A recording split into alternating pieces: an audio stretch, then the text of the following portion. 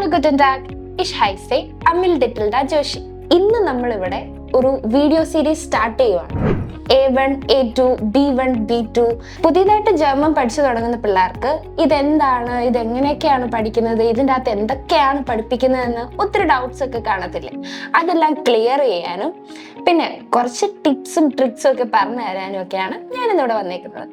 ഇന്ന് ഈ വീഡിയോയിൽ നോക്കാൻ പോകുന്നത് A1 എന്താണ്, A1ൻ്റെ അകത്ത് എന്തൊക്കെയാണ് പഠിക്കാനുള്ളത്, A1 പഠിച്ചു കഴിഞ്ഞിട്ട് നമ്മൾ എക്സാം എഴുതണോ എന്നൊക്കെയുള്ള ഡൗട്ട്സ് എല്ലാം ക്ലിയർ ചെയ്ത് ഞാൻ ഇന്ന് ഈ വീഡിയോയിൽ നിങ്ങൾക്ക് തരുന്നതായിരിക്കും. അപ്പോൾ വീഡിയോയിലേക്ക് കടന്നാലോ?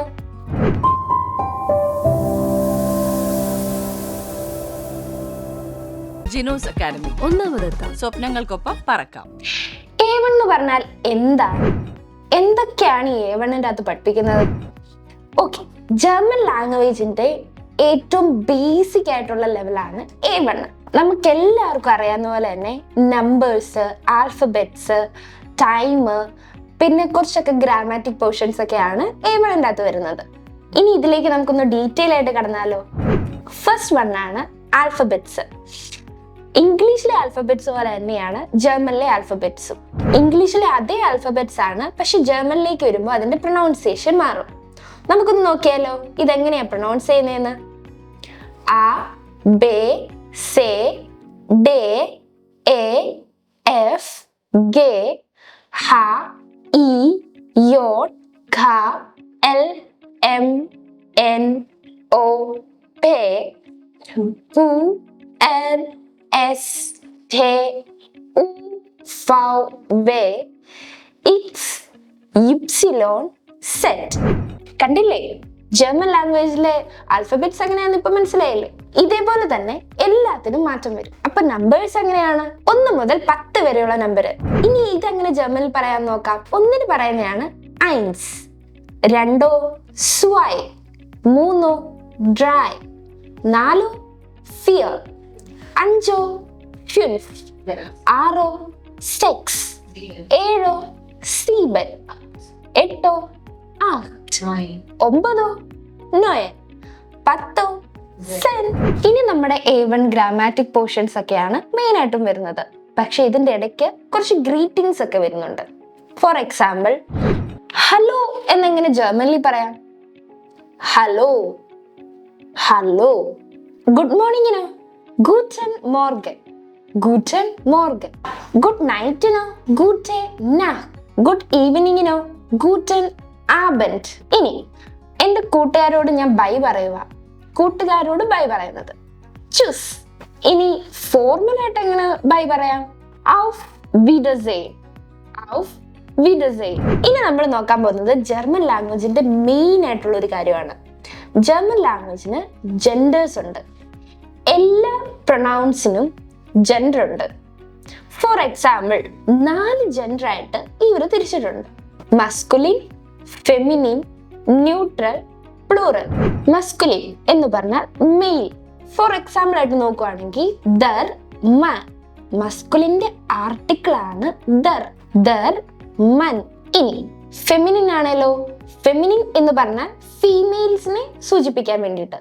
അതിനൊരു എക്സാമ്പിൾ നോക്കുവാണെങ്കിൽ ദി മുട്ടർ, ദി മുട്ടർ. ഇനി ന്യൂട്രൽ കേസ്.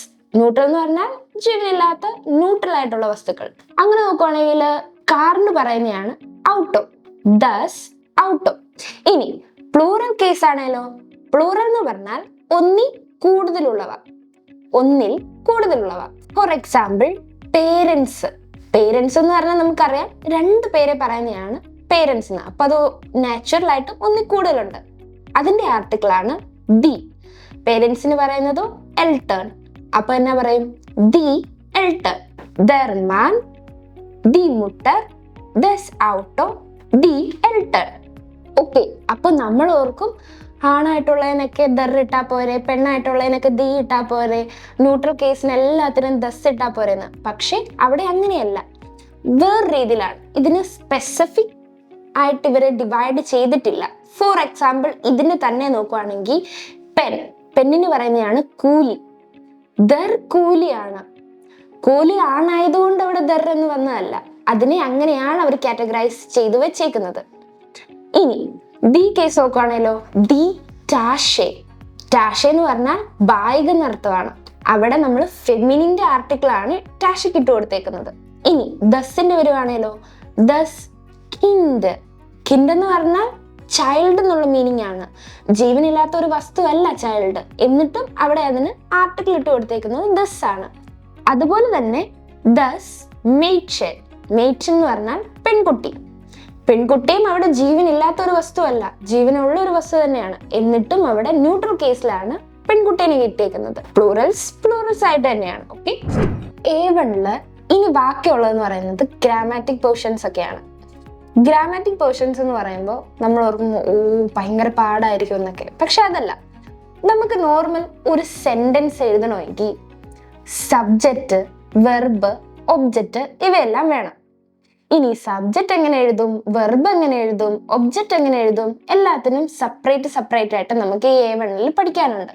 ഇത്രയും പഠിച്ചു കഴിയുമ്പോൾ നമുക്കൊരു സെന്റൻസ് എങ്ങനെ കംപ്ലീറ്റ് ആയിട്ട് എഴുതാമെന്ന് നമ്മൾ പഠിക്കും നോർമലായിട്ട്. ഈ വീഡിയോയിൽ ഞാൻ നിങ്ങൾക്ക് പറഞ്ഞു തരാൻ പോകുന്നത് സബ്ജക്റ്റ് എങ്ങനെ എഴുതാം, സബ്ജക്റ്റ് എന്ന് പറഞ്ഞാൽ ഏത് കേസിൽ എഴുതാം എന്നാണ്. അപ്പൊ ഫസ്റ്റ് നമ്മൾ പഠിക്കാൻ പോകുന്നതാണ് നോമിനേറ്റീവ്. വെർ, വസ്. വെർ എന്ന് പറഞ്ഞാൽ ആര്, വാസ് എന്ന് പറഞ്ഞാൽ എന്ത്. ആര്, എന്ത് എന്ന ചോദ്യങ്ങൾക്കുള്ള ഉത്തരവായിരിക്കും നോമിനേറ്റീവിൽ എപ്പോഴും തരുന്നത്.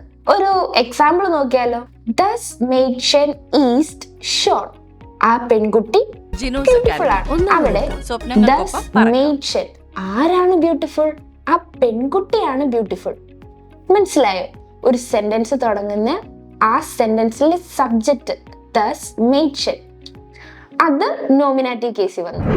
ഓക്കെ, ഇനി നോമിനേറ്റീവ് കേസിലെ പേഴ്സണൽ പ്രൊനൗമൻസ് ഏതൊക്കെയാണെന്ന് നോക്കിയാലോ. ഇഷ്. ഇഷ് എന്ന് പറഞ്ഞാൽ ഞാൻ. മീ. ദു. ദു എന്ന് പറഞ്ഞാൽ നീ. യു. എർ. എർ എന്ന് പറഞ്ഞാൽ അവൻ. ഹി. സി എന്ന് പറഞ്ഞാൽ അവൾ അല്ലെങ്കിൽ ഷീ. എസ് എന്ന് പറഞ്ഞാൽ അത് അല്ലെങ്കിൽ ഇറ്റ്. വിയർ എന്ന് പറഞ്ഞാൽ ഞങ്ങൾ അല്ലെങ്കിൽ വി. ഇയർ എന്ന് പറഞ്ഞാൽ നിങ്ങൾ അല്ലെങ്കിൽ ദേ. ഇയർ എന്ന് പറഞ്ഞാൽ നിങ്ങൾ. ഇനി സി, സി. ഈ രണ്ട് സിയില് ക്യാപിറ്റൽ സി എഴുതിയേക്കുന്ന കണ്ടോ, അതിന്റെ അർത്ഥം താങ്കൾ എന്നാണ്. ഇത് ഫോർമൽ യു ആണ്. ഓക്കെ, മറ്റേ സിയോ അവർ അല്ലെങ്കിൽ ദേ എന്നൊരു മീനിങ് വരും. ഓക്കെ, ഇപ്പോൾ ഞാൻ ഈ പറഞ്ഞത് A1 ബേസിക് ആയിട്ടുള്ള കുറച്ച് കാര്യങ്ങളാണ്. ഇതേപോലെ തന്നെ A2, B1, B2 video series ഉടനെ തന്നെ വരുന്നതായിരിക്കും. കൂടുതൽ അറിയാനും ഡീറ്റെയിൽ ആയിട്ട് പഠിക്കാനും come and join Jinu's academy. Choose Jinu's academy. ഒന്നാമതെത്താം, സ്വപ്നങ്ങൾക്കൊപ്പം പറക്കാം.